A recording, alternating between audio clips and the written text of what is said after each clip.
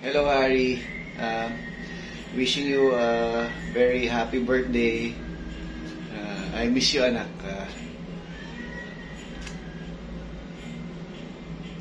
I hope you enjoy your day kahit wala kami. We'll pray for you. And always keep in mind na we're family. Ang gusto lang naman namin,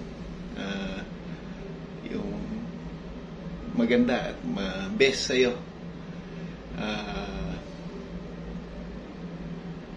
Gusto namin na masaya ka. And I hope you understand na